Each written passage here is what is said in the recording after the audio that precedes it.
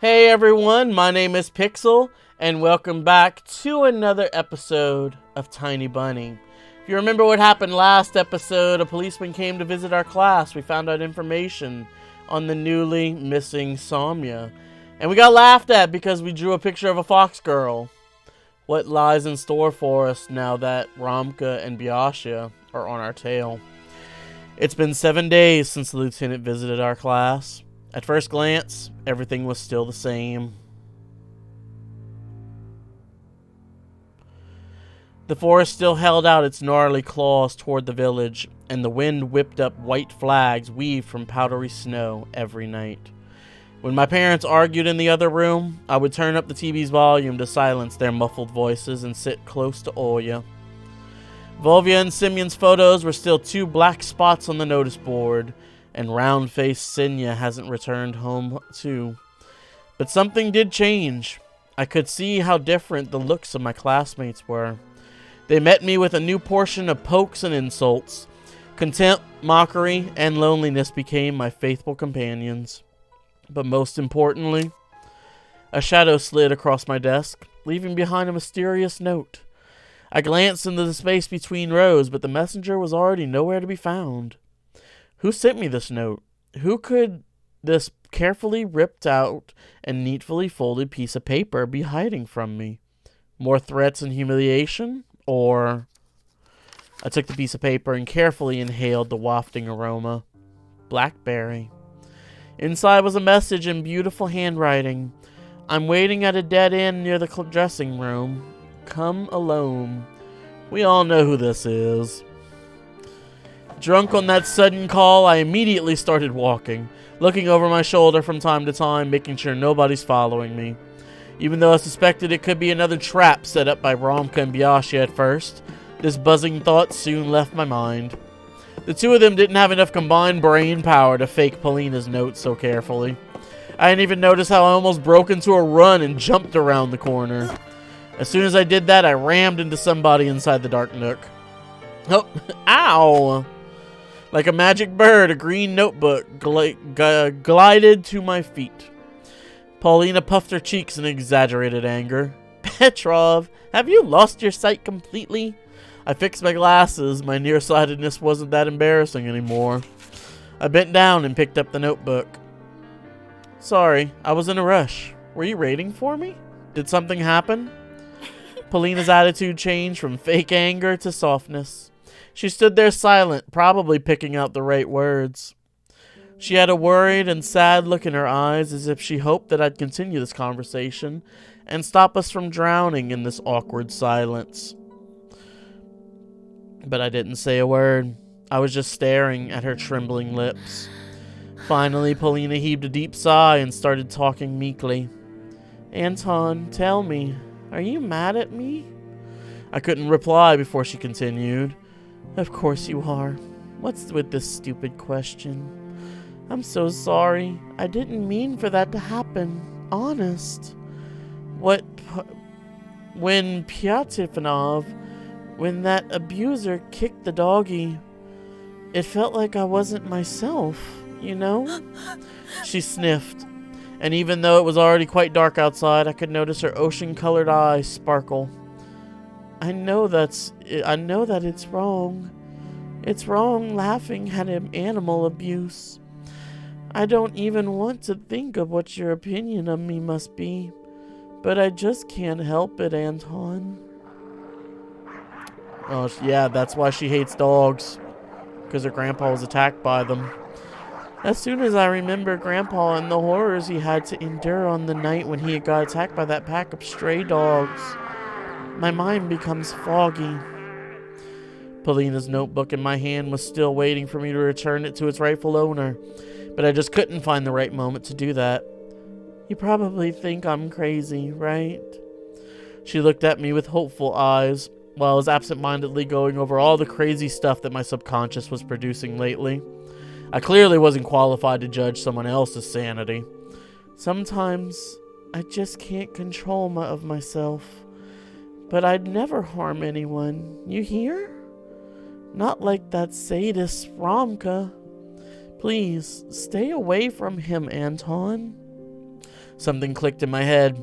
I stared at Polina with suspicion. You called him differently a week ago, when we were fighting. Ramachka. Say, are you two dating? Polina jolted as if struck by lightning. No way. That asshole is stuck to me like a leech. People like him are not even deterred by direct insults. Her voice became calmer when she noticed the bruises and cuts on my face. Again, I'm very sorry that happened. I really thought that I would be able to help you. It was my mistake to think that bastards like them can have any sort of moral code. Here, I have a present for you. Here. I thought she was pulling out a bra strap. She unbuttoned the top of her jacket and instantly got embarrassed after noticing my stunned look.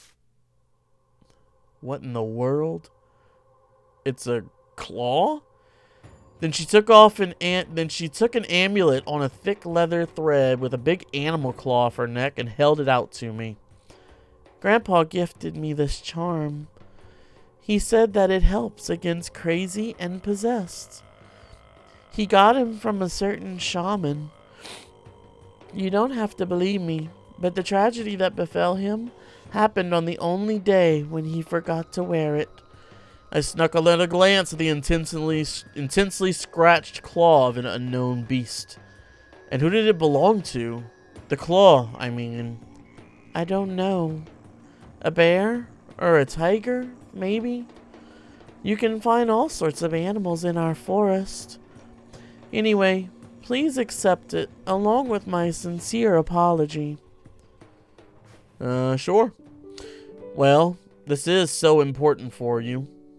Alright, let's try to start over. I carefully took hold of the amulet with my free hand. It emanated Polina's warmth and the charming aroma of blackberry. I hung it around my neck and hid it under the collar of my shirt. Along with this gift, I got a weird feeling of determination, as if the amulet would be able to change my life. The amulet. It fills you with determination.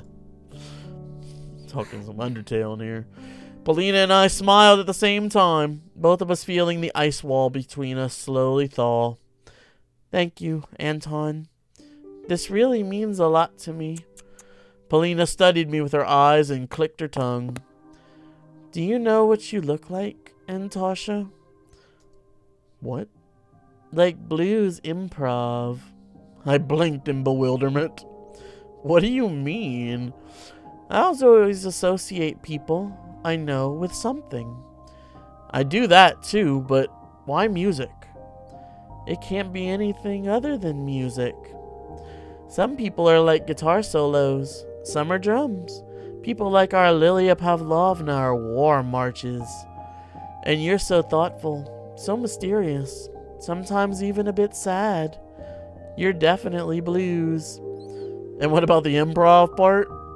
It's when the listener has no idea where the melody will go, what tempo it will adopt. Of course, some of the things Polina said went completely over my head, but I couldn't stop looking at her smile, like a breeze in May, and her eyes deep and blue. One needs to have experience and taste to recognize the music in you.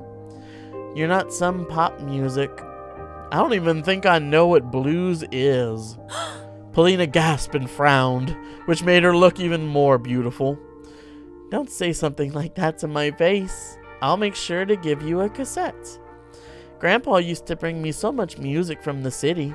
Jazz, swing, and classical too. He was the one to notice my musical mindset. When I was still very little, I tried recording the sounds of nature on paper, the songs of the rain and the forest. I wish I had ears like yours, and I'd love to have your eyes. I tensed up, worried that she was making fun of me, but Polina shook her head. She was complimenting you, douchebag. A doofbag. That was weird. No, I'm serious. You have the eyes of an artist. You're so good at picturing things. I can't do that. Oh, Lord, this bitch. Katya walked past us with her trademark frosty glare. We dove into the shadows, trying to escape it. You understand why we're hiding here, right? Because of people like her. And what kind of melody is Katya? Polina flashed me a sly smile. The squeaking sound of unoiled door hinges. Accurate.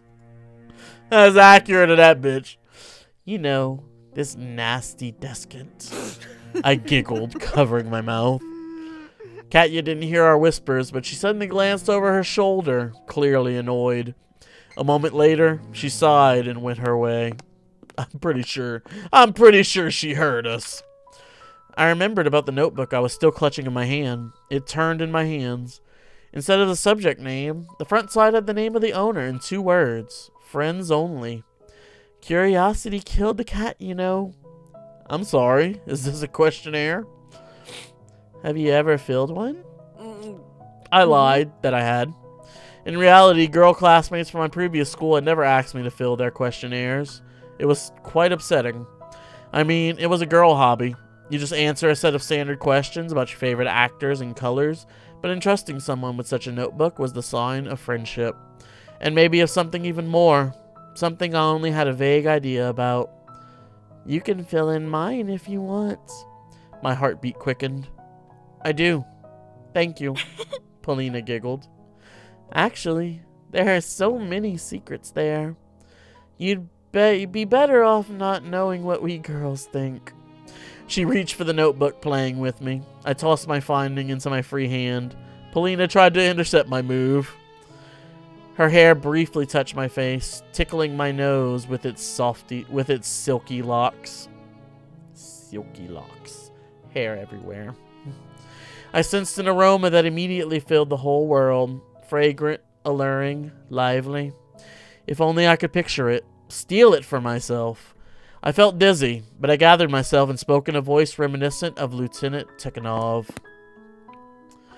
Your questionnaire is an important piece of evidence, so I'm afraid I have to confiscate it for further examination. Polina covered her mouth that rounded in fake horror. And what are the implications of concealing evidence? We'll decide that in the course of our investigation. I surrender, Mr. Policeman. Just promise you won't read anything. It's full of sensitive information. I'm afraid I'll have to investigate whether someone is in love with Mr. Petrov. Polina burst out laughing and pressed herself against my chest, showering me with the aroma of her hair and her milky skin that it looked almost transparent, with tiny threads of veins running under it. Her whisper was hot, like a piece of butter sizzling on a pan. Then swear that you will keep this information private. I swear on my police badge. And now we need to hurry, Antasha. She's cute. They're cute. Both of them. They're made for each other. I took out the notebook during class. With utmost care, it's as if some sort of... There's that. With utmost care, it's as if... I cannot talk right now. With utmost care, as if it was some sort of fragile treasure. My gosh. Skimmed through it, reading into other people's preferences. I was quite surprised to discover Romka's jerky handwriting inside. His letters bulged out of the cells as if embarrassed by their shapelessness. Fearsome Romka found time for something so silly. I chuckled into my fist after I found out that Romka's favorite cartoon is not even Darkwing Duck, but DuckTales. Somewhere in the distance, a teacher was reciting pieces of Andreev's Snapper. I paid them no mind. Polina's page was decorated with flower drawings and clippings from Cool Girl magazine. Her favorite musician is Schubert. Her best friend is her grandpa. Her hobby is not violin, like I expected, but a much more mysterious listening. Can such a mundane process really be someone's hobby? I looked at Polina over the heads of the other students. She was focused on taking notes. I flipped the pages until I found a blank one and armed myself with a pen. Anton Petrov, Class 6, B. I took a long time to decide on my favorite musician until a trendy pop band, Carman, came to mind, with the cool dancers and their music videos. Favorite holiday? This one's easy. New Year's. My hobby is drawing. My dream? Going to Disneyland, I guess. My hero? My hand moved on its own, writing "da." I stopped on those 2 letters. What if those who read this after me will find my answer laughable and stupid? After thinking for a bit, I decided that not everything should be disclosed on paper. That's how "da" turned into Spider-Man. The spelling was wrong, but who cares? Your biggest fear, huh? I immediately wrote, losing a person who's dear to me. Your phone number. No secret here. 303-95. Your favorite cartoon. Transformers. Robots in disguise. Your best friend. I hesitated, gnawing on the pin's cap. Your best friend. I read the question out loud. It was easy, but at the same time, very important. Wouldn't your best friend be Olya? My answer consisted of 3 letters, and I filled them in the cells with care. You. Okay, not Olya. We're just friends. You, I repeated when running out of the school. Refreshing frosty air made my cheeks turn beet red. It was bright outside, and the sun looked like a whole egg yolk. The road looked as if it was silvered. The snow sparkled under the sunlight. I smiled, squinting from the blinding whiteness. There was also something magical in my chest that beckoned me, because friendship can grow into something bigger. Hey, what's up with the stupid grin? My numb lips immediately shrank. Biasha was shuffling his feet in the middle of the yard, his boots restless on the ice. It's not a grin. I tried to go around him, to no avail. Lady Fortune waved me goodbye, disappearing in the early twilight. In a hurry, eh? A little bit. Dad's waiting for me. I'll shoot him a pager message that you're not coming, eh? My eye flinched unwittingly, my skin dampened. Let's go, eh? We have a small business to discuss. Who are you, frickin' Canadian with your A? I felt chills run all over my body. I didn't like the sounds of that small business. Those words, accompanied by spitting, normally hid very dark deeds underneath them. Strangers that used to call our old apartment used to say, "Get your old man. We have a small business to discuss." Biasha turned around. He looked like an astronaut in his tight hood. If I were to imagine him as a sound, he'd be a deafening whistle, a signal given by someone who stands watch. To my demise, there was nobody at the backyard, apart from the grim-faced Romka. He stood there, his feet wide apart, with his right hand hidden behind his back. Romka's dry lips were tightly pursed. He kept shooting glances at me as he looked around. From the bottom of my heart, I hoped that Romka hadn't seen me together with Polina. There he is, eh? I can see that. Well, hello there, Antasha. What do you want? Oh boy, big boy with his knife. He slowly took out a thin, carnivorously shiny blade from behind his back. A knife, the steel butterfly of death that flies toward the victim's heartbeat. I stepped back instinctively and rammed my back into Biasha. Romka's minion pushed me back. We wanted to know. Do you have any hard feelings for me or Biasha? Romka started picking on his yellow nail, looking at me with an evil smirk on his face. Well, there, in the forest, we kind of roughed you up. It's just our poor upbringing, you know. Yeah, not as cultured as you city folk. So we get feisty sometimes. I nodded, my eyes glued to the knife. Say, Antasha, did I, by any chance, go too hard on you last time? Not really. Wonderful. I almost got worried that I damaged your brain, and you forgot about that lesson I taught you. I remember. The blade glowed underneath the setting sun, and Romka's eyes had the same evil glow. Get that shit out of my face. He stepped towards me. His knife traveled inches away from my coat.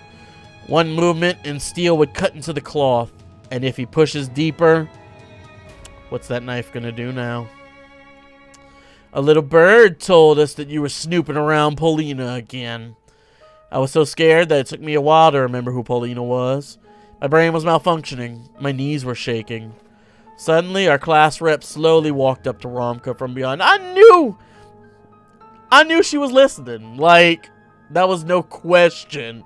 Obviously, the class bitch ratted people out. I see your boys are getting along quite well. I owe you one, Katya. Oh, no need to thank me, Ramachka. I'm always fighting for true love. Yes, yes, yes. I'll kill you, I swear. I can't hear you. Were you near Polina or not? Well, we didn't hang out or anything. The only thing hanging out here will be your guts when I cut open your stomach. The blade slid across my sleeve with its dull side and reached my collar. The wind made my face cold, but a bead of sweat still trickled from my temple. I guess I need to explain it in a way you'll understand. The split-up handle and blade spun in a dangerous dance, just like helicopter blades that sweep away everything in their way. I tried to dodge, but after taking a step backward, I slipped and fell on my butt. As if waiting for this opportunity, Polina's amulet lunged from under my collar toward the blade. The leather cord prevented the claw from piercing the assailant's neck, and the charm fell to my chest with a thud. I expected to be cut so badly that I'd end up choking on my own blood. But for some reason, Ramka just stood there, staring at me. He had his knife ready to cut, but his eyes were fixated on the bauble hanging from my neck. He growled something evil under his breath. Polina's gift was driving Ramka crazy, but it tied his hands at the same time. The pause lasted so unnaturally long that it made Byasha frown in confusion. The sound of a creaking window opening up came from above. Pyatifanov! It felt the rush of adrenaline, sprinted away, almost taking off into the air. Ramka came to his senses when I was already far away and shouted his dreadful warning at my back. What you gonna say? Don't you dare forget again, Antasha!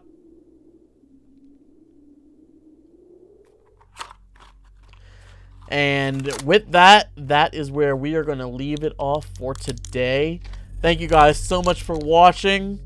We've got some action going on. I almost got stabbed. We became even closer with Polina. Who knows what's going to end up through all of this? And I wonder why Ramka was frozen at the side of the amulet. Was it because it was Polina's? Or was it because it was of something else? Who knows? We'll have to catch it in the next episode. Thank you guys so much for watching. If you enjoyed what you saw, feel free to like the video. You want to see more of this? You want to follow along with our story? Subscribe to the channel. Hit the bell. Get notified whenever other episodes come out. Thank you guys again for watching. I will see you in the next episode. Bye now.